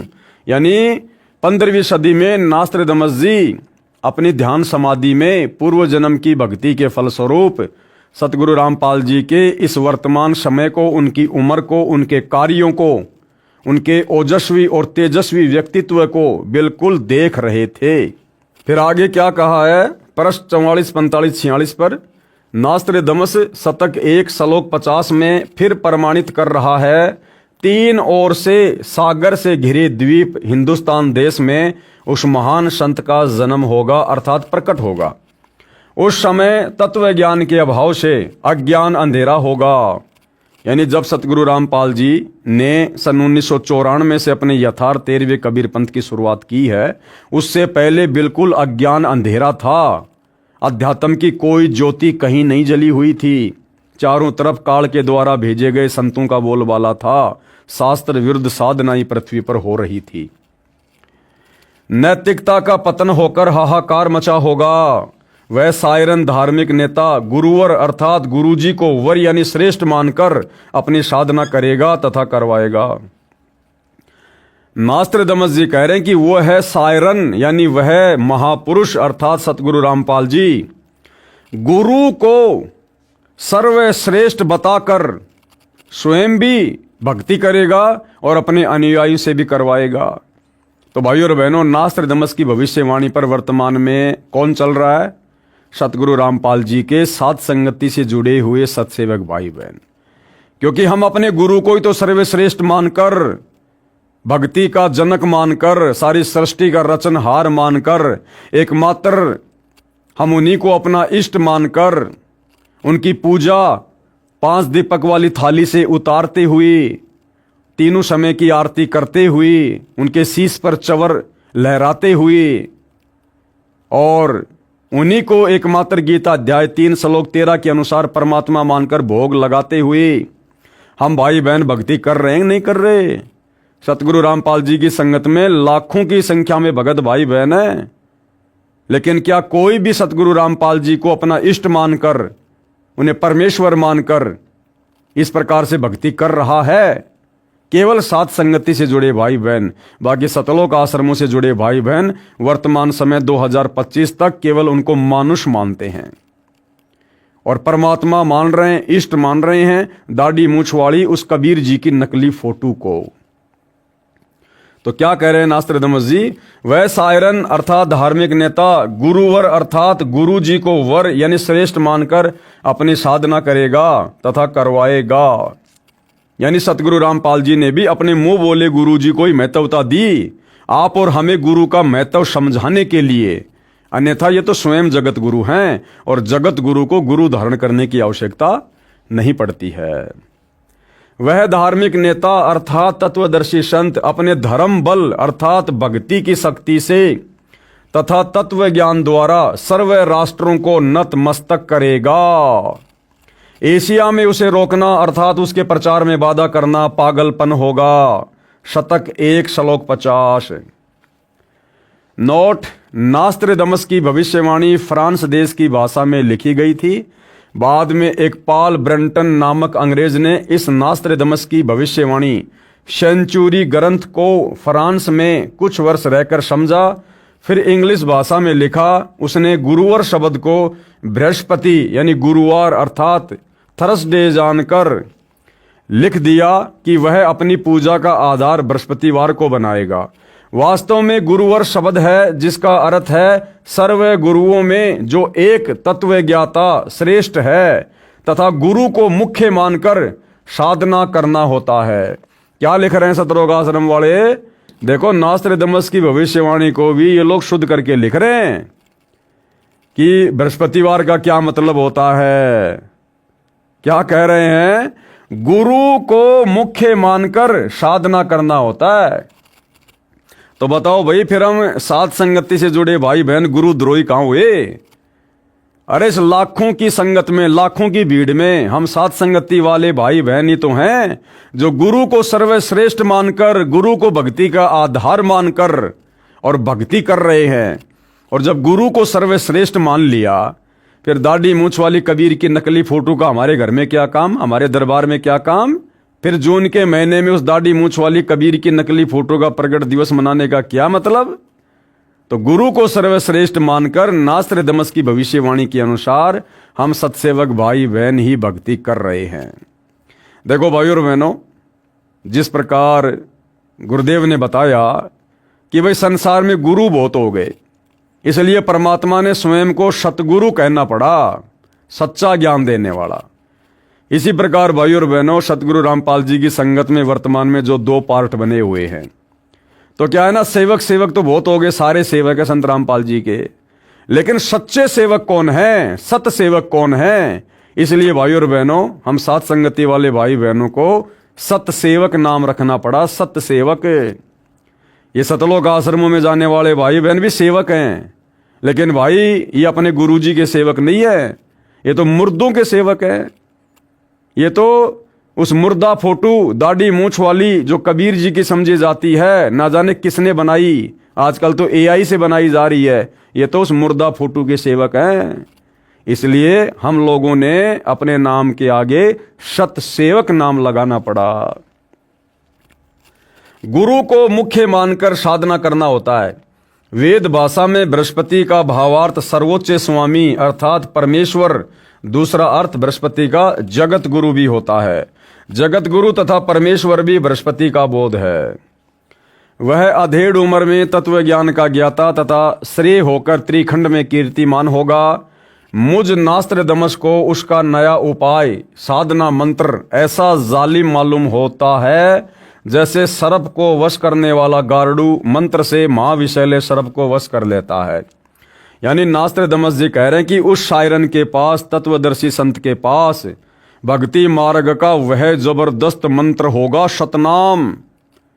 वो इतना प्रभावशाली होगा जैसे गारुड़ के पास में विशैले सर्प को काबू करने का मंत्र होता है। वह नया उपाय, नया कायदा बनाने वाला तत्ववेता दुनिया के सामने उजागर होगा। उसी को मैं नास्त्र दमस अचंभित होकर ग्रेट शायरन बता रहा हूं। ग्रेट शायरन का मतलब है महान तत्वदर्शी संत। उसके ज्ञान के दिव्य तेज के प्रभाव से उस द्वीप कल्प यानी भारतवर्ष में आक्रामक तूफान खलबली मचेगी, अर्थात अज्ञानी संतों द्वारा विद्रोह किया जाएगा। उसको शांत करने का उपाय भी उसी को मालूम होगा। जैसे जालिम सरपनी को वश किया जाता है, वह सिंह के समान शक्तिशाली व तेज पुंज व्यक्तित्व का होगा। अब देखो भाई और बहनों, नास्त्र दमस जी कह रहे कि सतगुरु रामपाल जी का, उस महापुरुष का, ग्रेट शायरन का व्यक्तित्व क्या होगा? वह तेज पुंज व्यक्तित्व का होगा। तेज पुंज अर्थात भाई और बहनों, हम वाणी में पढ़ते हैं गैबी ख्याल विशाल सतगुरु में कि धन सतगुरु उपदेश देवा 84 ब्रह्म मेट ही तेज पुंज अन्य देह धर कर इस विधि हमको भेट ही। यानी वो कबीर परमात्मा जो सतलोक में तेज पुंज के शरीर युक्त है, वो अपनी काया को, अपने तेज पुंज वाले शरीर को हल्का करके और इस पृथ्वी पर प्रकट होता है। तो सतगुरु रामपाल जी 5 तत्व की काया से निर्मित नहीं हैं। 5 तत्व अग्नि पृथ्वी वायु जल आकाश इससे बनी हुई पंचभौतिक इस शरीर से निर्मित नहीं हैं। इसीलिए तो हम सत्सेवक भाई बहन अपने गुरुदेव भगवान को नूरी शरीर में मानकर, 5 तत्व की देह से अलग मानकर, तेज पुंज वाले व्यक्तित्व का मानकर और 8 सितंबर को उनका प्रकट दिवस मनाते हैं। प्रकट दिवस, क्योंकि कबीर परमात्मा सतगुरु रूप में प्रकट ही होते हैं, और जब प्रकट होते हैं तो उनकी तेज पुंज की देह होती है, भले हमें दिखाई ना दे, इसलिए हम उनका प्रकट दिवस मनाते हैं। तो यहां पर क्या लिखा जा रहा है? वह तेज पुंज व्यक्तित्व का होगा, यानी उसकी काया आम मनुष्य की भांति हाड़ मांस से निर्मित नहीं होगी, 5 तत्व से बनी नहीं होगी। वह तेज पुंज युक्त होगा। और नित्य नियम में हम रोज अपने गुरुदेव भगवान की सुबह सुबह महिमा करते हैं और क्या बोलते हैं? गरीब ऐसा सतगुरु हम मिला तेज पुंज के अंग, झिलमिल नूर जहूर है नर रूप श्वेत रंग। गरीब ऐसा सतगुरु हम मिला तेज पुंज के अंग, यानी हम कह तो अपने गुरुजी को रोज रहे हैं कि हमारे गुरुजी तेज पुंज के शरीर वाले हैं, उनके अंग 5 तत्व से बने हुए नहीं हैं। लेकिन जब आता है 8 सितंबर का दिन, तो इस वाणी पर केवल सत्सेवक भाई बहने खड़े उतरते हैं और 8 सितंबर को अपने गुरु को मानुष ना मानकर, स्वयं कबीर परमात्मा मानकर, तेज पुंज के व्यक्तित्व का धनी मानकर हम उनका प्रकट दिवस मनाते हैं। और इन सतलोक आश्रमों में गुरु को मानुष मानकर, जन्म लिया हुआ मानकर उनका जन्मदिन मनाया जाता है। तो क्या लिखा जाता है? वह सिंह के समान शक्तिशाली व तेज पुंज व्यक्तित्व का होगा। यह मैं नास्त्रेदमस स्पष्ट शब्दों में बता रहा हूं कि वह कुंडलिनी शक्ति धारण किए हुए। आगे स्पष्ट शब्द यह है कि जिस समय वह सायरन जिस महासागर में द्विकल्प है, उसी देश के नाम पर महासागर का भी नाम है हिंद महासागर। विशेषता ये होगी कि उस देश की भुजंग सर्पनी शक्ति कुंडलिनी शक्ति का पूर्ण परिचित ट्रियो मास्टर होगा। वह सायरन महान धार्मिक नेता, उदार मस्त वाला, कृपालु, दयालु, दैप्तीयमान, सनातन साम्राज्य अधिकारी, आदि पुरुष, सत्य पुरुष का अनुयायी होगा। अब नास्त्रेदमस को ये नहीं पता बेचारे को कि वो स्वयं सत्य पुरुष होगा या उसका अनुयायी होगा। और हो सकता है ये अनुवाद करते समय अनुयायी शब्द आश्रम वालों ने लिख दिया हो। उसकी सत्ता सार्वभौम होगी, उसकी महिमा उपाय गुरु श्रद्धा, गुरु भक्ति अर्थात गुरु बिना कोई साधना सफल नहीं होती, इस सिद्धांत को दृढ़ करेगा। तत्व ज्ञान का सत्संग करके प्रथम अज्ञान निंद्रा में सोए अपने धर्म बंधुओं हिंदुओं को जागृत करके अंधविश्वास के आधार पर साधना कर रहे श्रद्धालुओं को शास्त्र विधि रहित साधना का बुर्का फाड़कर गूढ़ गहरे ज्ञान तत्व ज्ञान का प्रकाश करेगा। अपने सनातन धर्म का पालन करवाकर समृद्ध शांति का अधिकारी बनाएगा। तत्पश्चात उसका तत्व ज्ञान संपूर्ण विश्व में फैलेगा। उस महान तत्वदर्शी संत के ज्ञान की कोई भी बराबरी नहीं कर सकेगा, अर्थात उसका कोई भी सानी नहीं होगा। उसके गूढ़ ज्ञान तत्व ज्ञान के सामने सूर्य का तेज भी कम पड़ेगा। इसलिए मैं नास्त्रेदमस वैश्विक सिंह महामानव इतना महान होगा कि मैं उसकी महिमा को शब्दों में नहीं बांध पाऊंगा।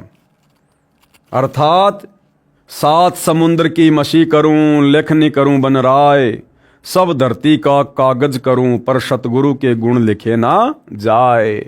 मैं नास्त्रेदमस उस ग्रेट सायरन को देख रहा हूं। अर्थात वो अपनी दिव्य दृष्टि कह लीजिए या समाधि अवस्था कह लीजिए, जो पूर्व जन्म की भक्ति के फलस्वरूप उसको प्राप्त थी, उस आधार से वो कह रहा है। उपरोक्त विवरण का भावार्थ है कि उस विश्व नेता को 50 वर्ष की आयु में तत्व ज्ञान शास्त्रों में प्रमाणित होगा। अर्थात वह 50 वर्ष की आयु में सन 2001 में सर्व धर्मों के शास्त्रों को पढ़कर उसका ज्ञाता तत्व ज्ञानी होगा।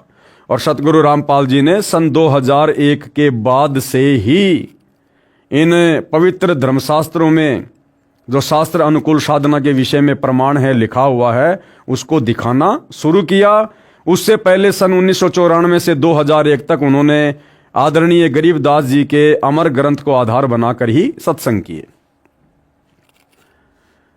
तथा उसके पश्चात उस तत्व ज्ञान का श्रेय गे यानी जानने योग्य परमेश्वर का ज्ञान अन्य को प्रदान करने वाला होगा, तथा उसका आध्यात्मिक जन्म अमावस्या को होगा। उस समय वह प्रौढ़ होगा, तथा जब वह प्रसिद्ध होगा तब उसकी आयु 50 से 60 साल के मध्य होगी। यानी 2006 के करोथा कांड के समय परमेश्वर की जो लीला में शारीरिक आयु थी वो 50 वर्ष के आसपास थी। नास्त्रेदमस कहता है कि निसंदेह विश्व में श्रेष्ठ तत्वज्ञाता ग्रेट सायरन के विषय में मेरी भविष्यवाणी के शब्दा शब्द को किसी नेताओं पर जोड़कर तर्क वितर्क करके देखेंगे तो कोई भी खरा नहीं उतरेगा। मैं नास्त्रेदमस छाती ठोक कर शब्दा शब्द कह रहा हूं, मेरा सायरन का कृतत्व और उसका गूढ़ गहरा ज्ञान अर्थात तत्व ज्ञान ही सर्व की खाल उतारेगा। बस 2006 साल आने दो, इस विधान का एक एक शब्द खरा खरा समर्थन सायरन ही देगा। आगे क्या कुछ कहा जा रहा है। नास्त्रेदमस ने अपनी भविष्यवाणी में कहा है कि 21वीं सदी के प्रारंभ में दुनिया के क्षितिज पर सायरन का उदय होगा। जो भी बदलाव होगा वह मेरी नास्त्रेदमस की इच्छा से नहीं बल्कि सायरन की आज्ञा से, नियति की इच्छा से सारा बदलाव होगा ही होगा। यानी कलयुग में सतयुग आएगा ही आएगा। उसमें से नया बदलाव मतलब हिंदुस्तान सर्वश्रेष्ठ राष्ट्र होगा। कई सदियों से ना देखा ऐसा हिंदुओं का सुख साम्राज्य दृष्टिगोचर होगा। उस देश में पैदा हुआ धार्मिक संत ही तत्वद्रष्टा तथा जग का तारणहार जगत जेता होगा। एशिया खंडों में रामायण महाभारत आदि का ज्ञान जो हिंदुओं में प्रचलित है उससे भी भिन्न आगे का ज्ञान उस तत्वदर्शी संत का होगा। वह सत्य पुरुष का अनुयायी होगा, वह एक अद्वितीय संत होगा। बहुत सारे संत नेता आएंगे और जाएंगे, सर्व परमात्मा के द्रोही तथा अभिमानी होंगे।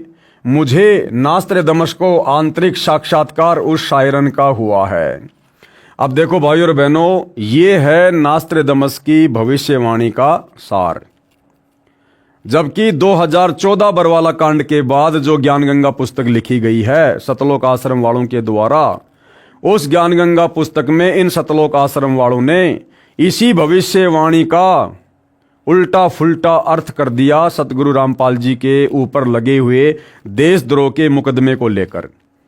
और क्या लिख दिया इन्होंने कि उस महान शायरन के ऊपर राष्ट्रद्रोह का मुकदमा लगेगा, जबकि नास्त्रदमस ने ऐसा नहीं कहा था। नास्त्रदमस ने कहा था कि बहुत सारे संत नेता आएंगे और जाएंगे, सब परमात्मा के द्रोही तथा अभिमानी होंगे।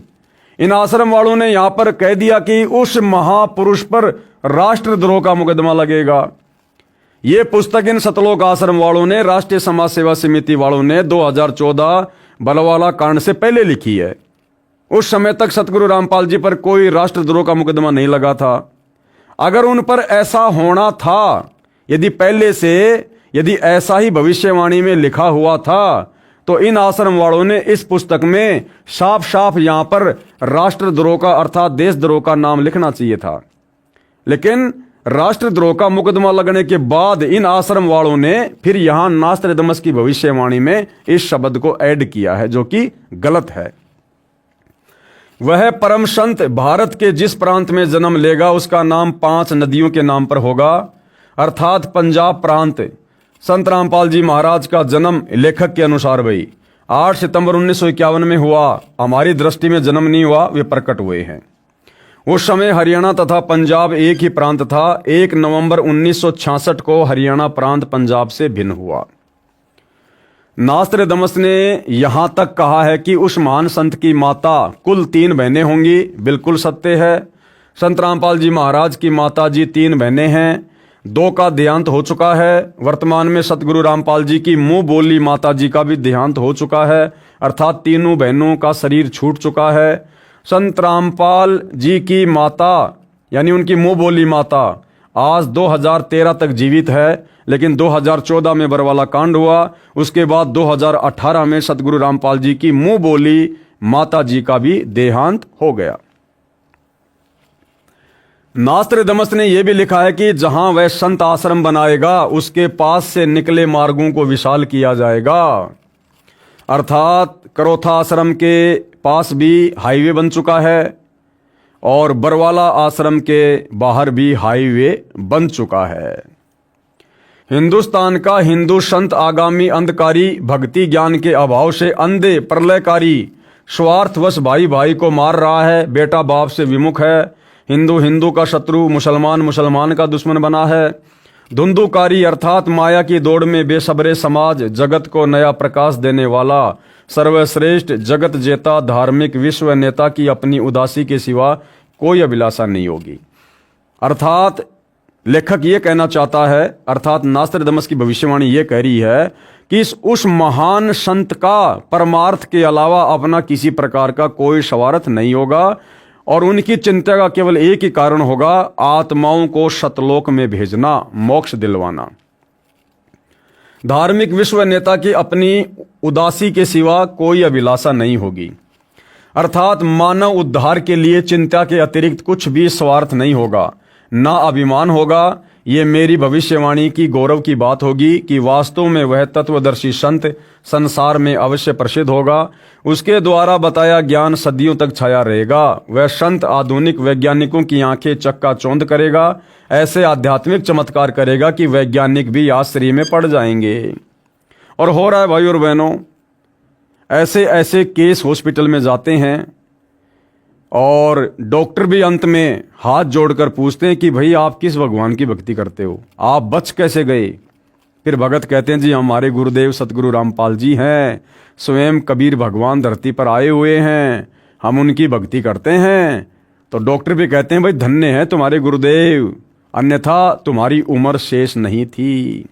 तो भाई सतगुरु जो चावे सो कर दे, भरम पड़ो मत कोई, और सेऊ धड़ पर शीश चढ़ाया पाछे करी रसोई।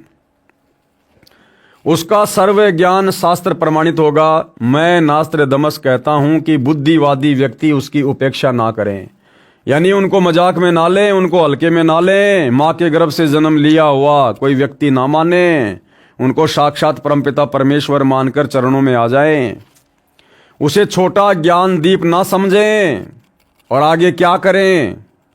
और वो कार्य भाई और बहनों सतगुरु रामपाल जी की संगत में से केवल सत्सेवक भाई बहन कर रहे हैं।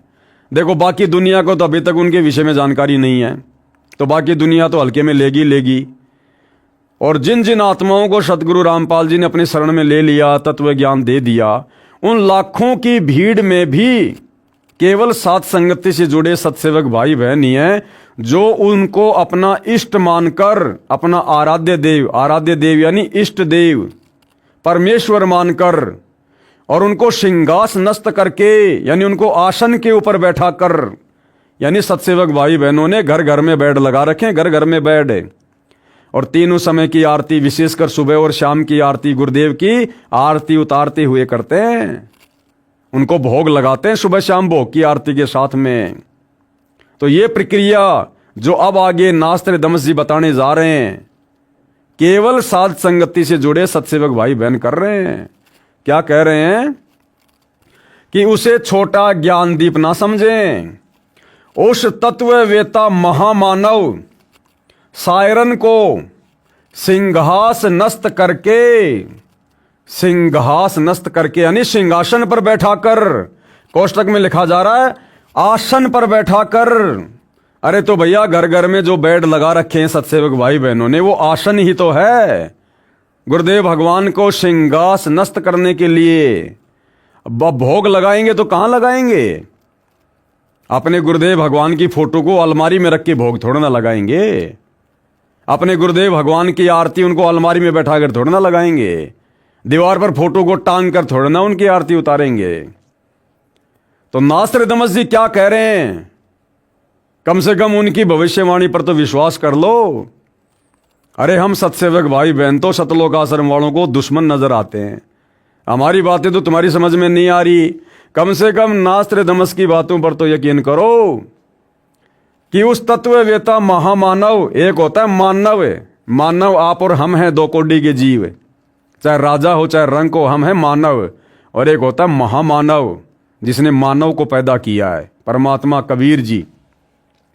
उस महामानव शायरन को सिंहासन नस्त करके अर्थात आसन पर बैठाकर, जैसे सात संगति वाले भाई बहनों ने घर घर में बेड लगा रखे हैं, अपने गुरु जी को आसन दे रखा है, उसको आराध्य देव मानकर, हम सभी भाई बहन उनको आराध्य देव मानकर, इष्ट मानकर उनकी पूजा करते हैं।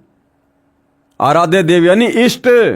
और आप सतलोक आश्रम वाले भाई बहन इष्ट मान रहे हो दाढ़ी मूछ वाली कबीर की फोटो को, उसको आराध्य देव मानकर पूजा करें। अब पूजा क्या होती है? पूजा पाती पंच पोहप कर पूजा, देव निरंजन और न दूजा। तो नास्त्र दमस के अनुसार केवल सत्सेवक ही अपने गुरु को पहचान कर, उनको अपना आराध्य देव, अपना इष्ट मानकर, अब जब हमने गुरु को इष्ट मान लिया, आराध्य देव मान लिया नास्त्र दमस के अनुसार, फिर भैया दाढ़ी मूछ वाली फोटो का क्या महत्व रह गया? उस कागज के टुकड़े का क्या रोल? जब हमने गुरु को इष्ट मान लिया, कबीर मान लिया, आराध्य देव मान लिया, फिर दाढ़ी मूछ वाली फोटो का जून में कबीर प्रकट दिवस क्यों मनाएं? उस मुर्दा फोटो को घर में क्यों रखें? तो नास्त्र दमस जी कह रहे हैं उसको आराध्य देव मानकर पूजा करें। वह आदि पुरुष, सत्य पुरुष का अनुयायी दुनिया का तारणहार होगा। विशेष भविष्य वक्ता नास्त्र दमस की भविष्यवाणी को ठीक से न समझकर व्यर्थ की अटकलबाजियां लगाई गई हैं। उदाहरण के लिए नास्त्र दमस की भविष्यवाणी, अब ये अंग्रेजी पढ़ लेना भाई, क्या क्या लिखा हुआ है इसमें। सेंचुरी 10 क्यूटेरियम number 75 long awaited, he will never return in Europe, he will appear in Asia and he will grow. Our all king of East, one of the legacy issued from the great Hermes, ये शब्दों के अर्थ भी लिखे हुए हैं भाई, देख लेना। मेरे को तो ज़्यादा ये अंग्रेजी फंग्रेजी आती नहीं है, हम तो सीधा हिंदी पे चलते हैं। वह महान शायरन उस देश में उत्पन्न होगा जो 3 ओर से सागर से घिरा होगा। भारत ही एकमात्र ऐसा देश है जो 3 ओर से समुद्र से घिरा है। नंबर 2, उस देश का नाम एक समुद्र के नाम पर होगा, हिंद महासागर अर्थात हिंदुस्तान। वह महापुरुष हिंदुस्तान के उस क्षेत्र में जन्म लेगा जिसमें 5 नदियां रावी, सतलुज, झेलम, व्यास और चिनाब बहती हैं, अर्थात वो क्षेत्र है पंजाब। और जिस समय सतगुरु रामपाल जी प्रकट हुए 8 सितंबर 1951 को, उस समय यह धनाना का क्षेत्र, रोहतक का क्षेत्र पूरा पंजाब का क्षेत्र था। और फिर 1966 में पंजाब से हटकर हरियाणा बना। विवेचन, इस आधार से एक सज्जन ने अपना मत व्यक्त किया है कि श्री गुरु नानक जी के विषय में उपरोक्त भविष्यवाणी है, क्योंकि श्री नानक जी का जन्म पंजाब प्रांत में हुआ था। विचार करें, उस सज्जन को ध्यान नहीं रहा कि श्री नास्त्रदमस ने यह भविष्यवाणी सन 1555 में लिखी थी और श्री नानक जी का जीवन काल सन 1469 से सन 1539 तक रहा था। ये भविष्यवाणी है, भूतवाणी नहीं है। इसलिए उस सज्जन का तर्क गलत है। संत रामपाल जी महाराज नास्त्रदमस के उचित पात्र हैं। आगे और क्या कुछ लिखा गया है। सेंचुरी नंबर 1 प्रश्न नंबर 76 में स्पष्ट किया है कि उस महान शायरन की माता जी 3 बहनें होंगी। संत रामपाल जी महाराज की माता जी नहीं, मुंह बोली माता जी 3 बहनें थी। उस महान संत के 2 पुत्र तथा 2 पुत्री होंगी और वर्तमान में दोनों बेटे भी नालायक हैं और दोनों बेटियां भी नालायक हैं। संगत की मर्यादा तोड़वाने में विशेष भूमिका निभा रहे हैं। संत रामपाल जी महाराज के 2 पुत्र तथा 2 पुत्री संतान रूप में हैं। नास्त्रदमस के समर्थन में अन्य भविष्य वक्ताओं की भविष्यवाणियां। अब जो भविष्यवाणी सतगुरु रामपाल जी के विषय में नास्त्रदमस जी ने की हैं, तो उन भविष्यवाणियों के समर्थन में अन्य कौन कौन भविष्य वक्ता हैं जिन्होंने बिल्कुल यही कहा है। नंबर 1 है, इंग्लैंड के ज्योतिषी कीरो ने सन 1925 में लिखी पुस्तक में भविष्यवाणी की है। 20वीं सदी अर्थात सन 2000 ईस्वी के उत्तरार्ध में सन 1950 के पश्चात उत्पन्न संत ही विश्व में एक नई सभ्यता लाएगा जो संपूर्ण विश्व में फैल जाएगी। भारत का वह एक व्यक्ति सारे संसार में क्रांति ला देगा। तो बिल्कुल सतगुरु रामपाल जी के ऊपर खरी उतर रही है, क्योंकि 1951 में सतगुरु रामपाल जी का प्राकट्य हुआ। उसके बाद उन्होंने देश और दुनिया को शिक्षा दी और वैज्ञानिकों को शत प्रेरणा करके उन्होंने नए नए आविष्कार करवाए।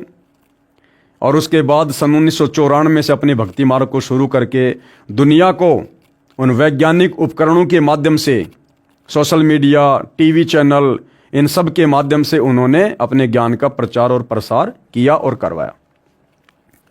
नंबर 2, भविष्य वक्ता श्री विजिलेटिन के अनुसार 20वीं सदी के उत्तरार्ध में विश्व में आपसी प्रेम का भाव, मानवता का हास, माया संग्रह की दौड़, लूट व राजनेताओं का अन्याय हो जाना आदि आदि बहुत से उत्पाद देखने को मिलेंगे।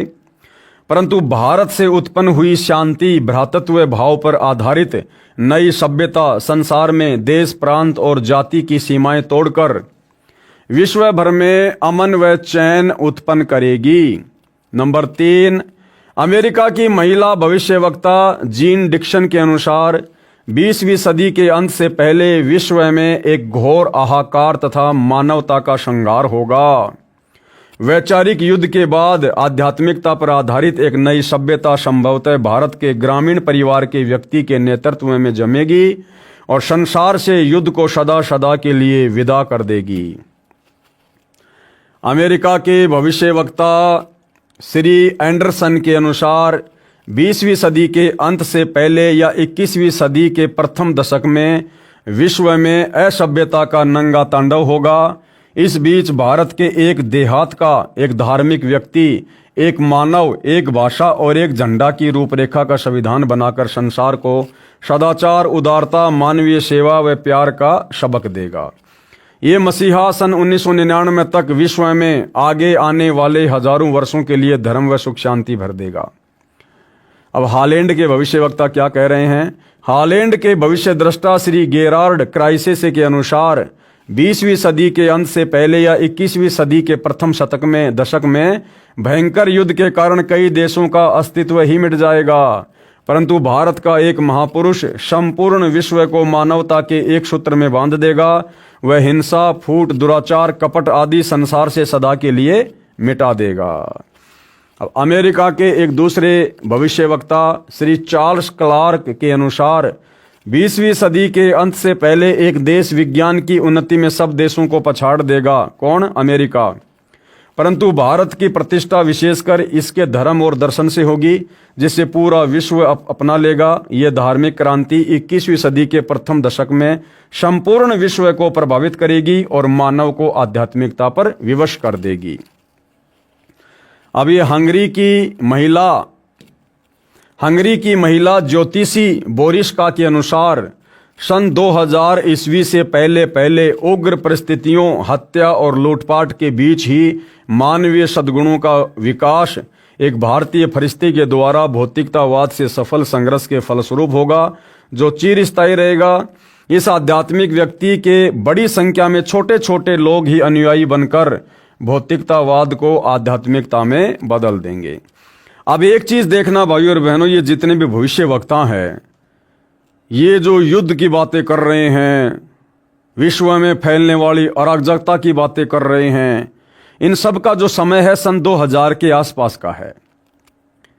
अब भाइयों और बहनों, हम लोग पहले सुना करते थे जब छोटे छोटे थे, क्योंकि दास का तो 1984 का जन्म है, तो जब दास छोटा था 8-10 साल का, तो सुना करता था, लोग कहते थे 1998 के लिए कि भैया ऊपर से गोला गिरेगा, दुनिया का नाश हो जाएगा, दुनिया खत्म हो जाएगी।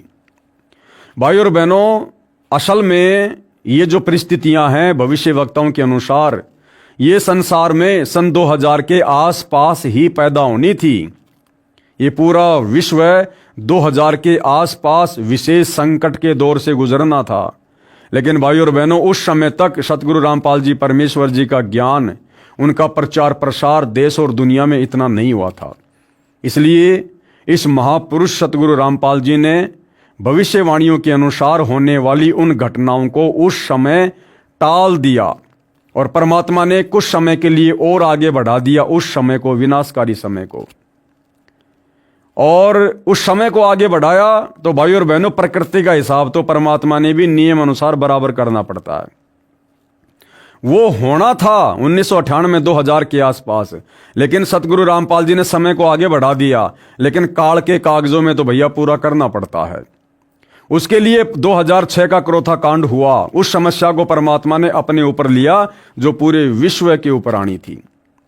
फिर आपने सुना होगा, भविष्य वक्ता कह रहे थे भैया 2012 में दुनिया का अंत हो जाएगा, दुनिया का अंत हो जाएगा।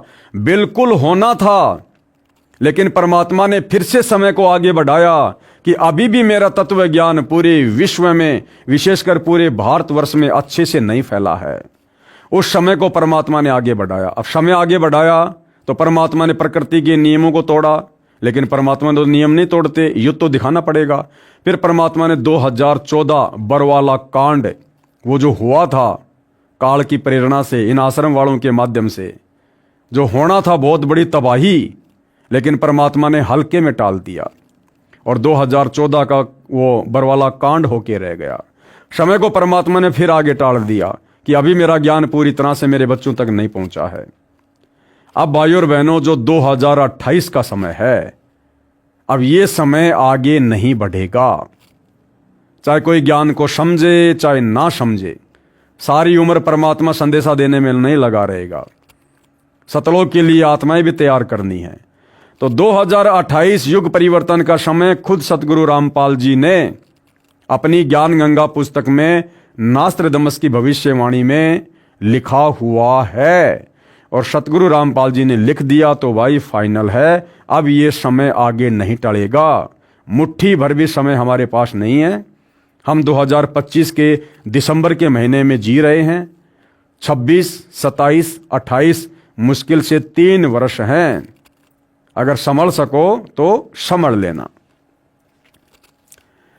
फ्रांस के डॉक्टर जूल वर्न के अनुसार सन 1990 के बाद यूरोपीय देश भारत की धार्मिक सभ्यता की ओर तेजी से झुकेंगे। सन 2000 तक विश्व की आबादी 640 करोड़ के आसपास होगी और बिल्कुल उतनी थी। भारत से उठी ज्ञान की धार्मिक क्रांति नास्तिकता का नाश करके आंधी तूफान की तरह संपूर्ण विश्व को ढक लेगी। उस भारतीय महान आध्यात्मिक व्यक्ति के अनुयायी देखते देखते एक संस्था के रूप में आत्म शक्ति से संपूर्ण विश्व पर प्रभाव जमा लेंगे। फ्रांस के नास्त्रदमस के अनुसार विश्व भर में सैनिक क्रांतियों के बाद थोड़े से ही अच्छे लोग संसार को अच्छा बनाएंगे, जिनका महान धर्मनिष्ठ विश्वविख्यात नेता 20वीं सदी के अंत और 21वीं सदी की शुरुआत में किसी पूर्वी देश से जन्म लेकर भ्रातृत्ववर्ती व सौजन्यता द्वारा सारे विश्व को एकता के सूत्र में बांध देगा।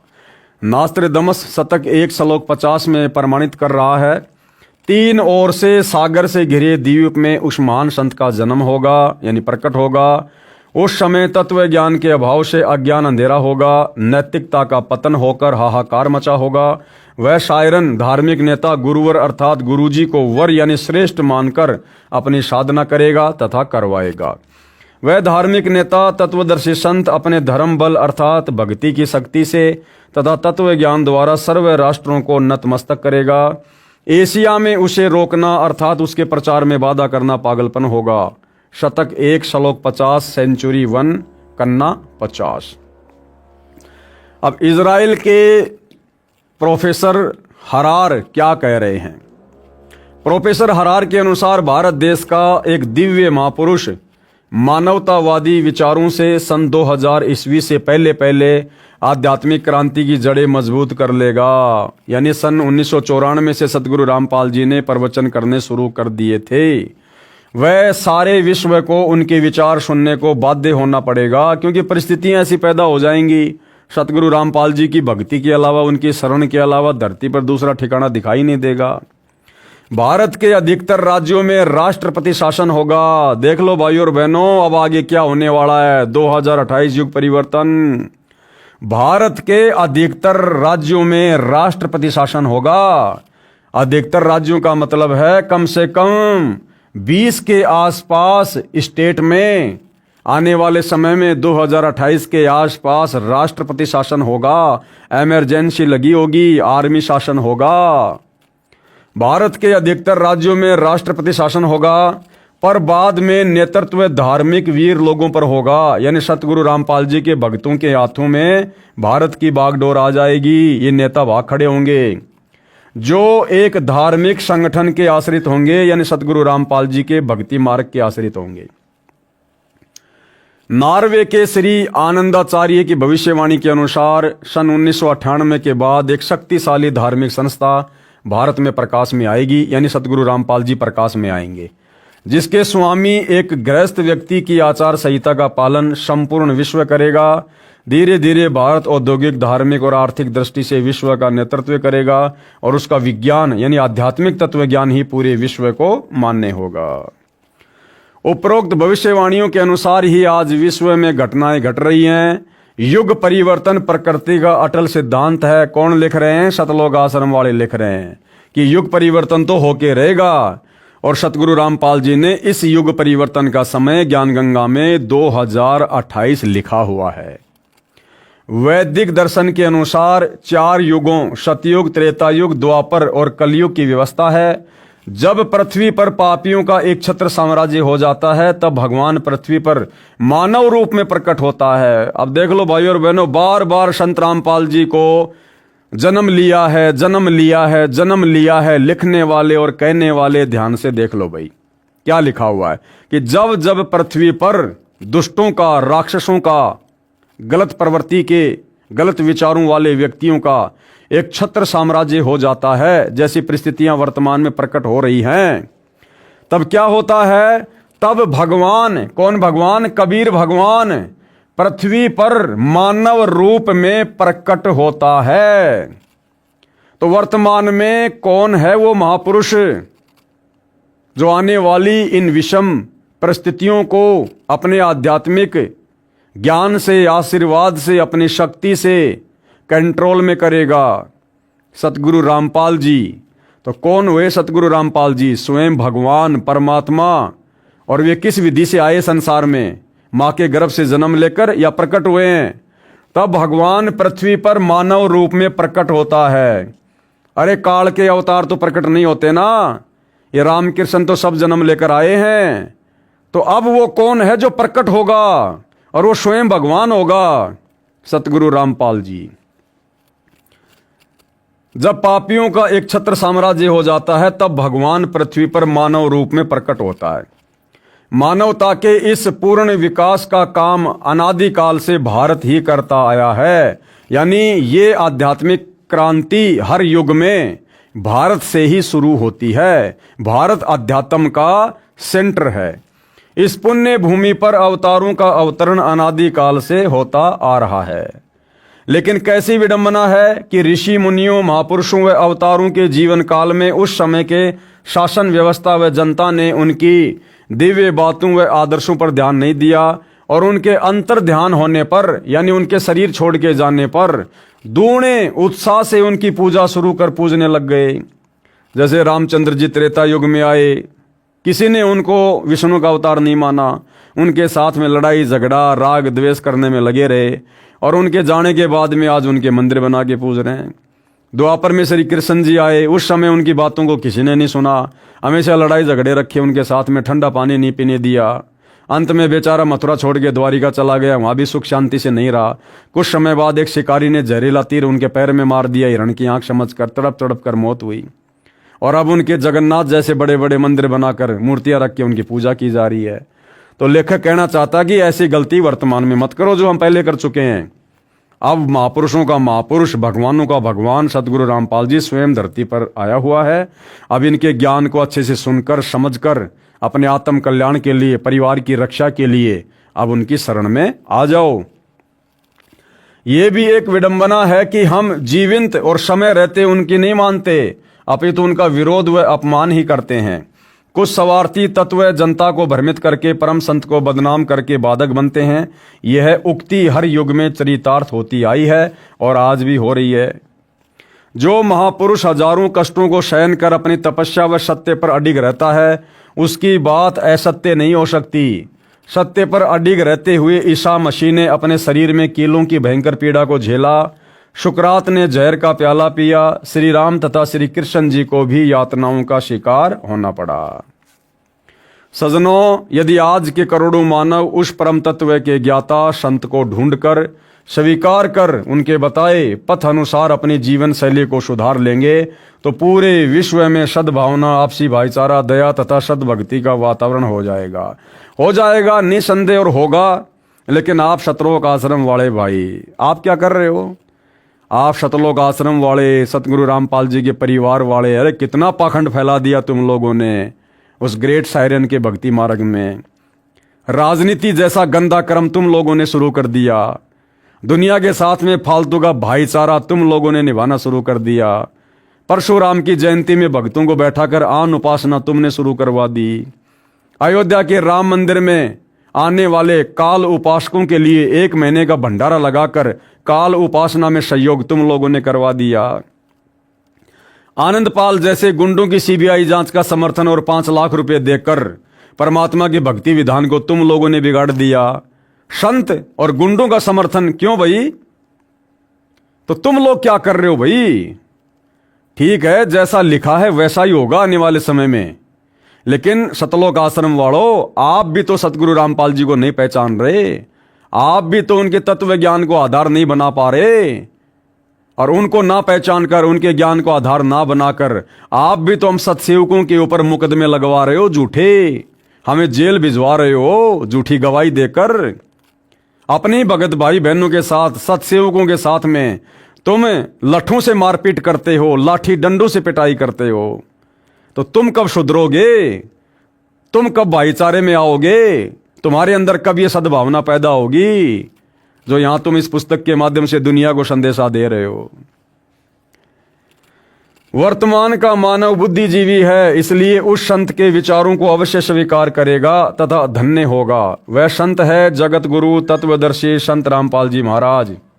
कृपया पढ़िए संत रामपाल जी महाराज की संक्षिप्त जीवनी, जो सर्व भविष्यवाणियों पर खरी उतर रही है। संक्षिप्त जीवनी शब्द उचित नहीं है, संक्षिप्त लीलामय जीवनी, लीलामय, क्योंकि महापुरुष जो होते हैं वो लीला करते हैं। आम प्राणियों की तरह हमें सामान्य जीवन जीते अवश्य दिखाई देते हैं, परंतु उनका वो जीवन लीलामय होता है। तो संत रामपाल जी महाराज जी का संक्षिप्त लीलामय परिचय यहाँ पर लेखक ने लीलामय लिखना चाहिए था, लेकिन लेखक जो भगत है वो अभी सतगुरु रामपाल जी को केवल अपना गुरु मान रहा है, अपना इष्ट नहीं मान रहा। अगर इष्ट मानता तो इष्ट यहाँ पर लीला करने आता है। इष्ट कौन? कबीर। तो कबीर जी लीला में सारा काम करते हैं। तो भाइयों और बहनों, इस विषय के ऊपर हम कल विशेष तौर पर जानेंगे, समझेंगे, और अध्यात्म के साथ साथ हम गहरी शिक्षा भी लेंगे, ताकि हम निकट भविष्य में गलतियां करने से बचें, मर्यादा में रहकर भक्ति को सफल करें और अपने मनुष्य जीवन को धन्य करें। तो आज के वीडियो में केवल इतना ही। कल फिर परमेश्वर की सेवा में हाजिर होंगे। तब तक गुरुदेव भगवान हम सबको आशीर्वाद दे, सद्बुद्धि दे। बंदी छोड़ सतगुरु रामपाल जी भगवान की जय हो।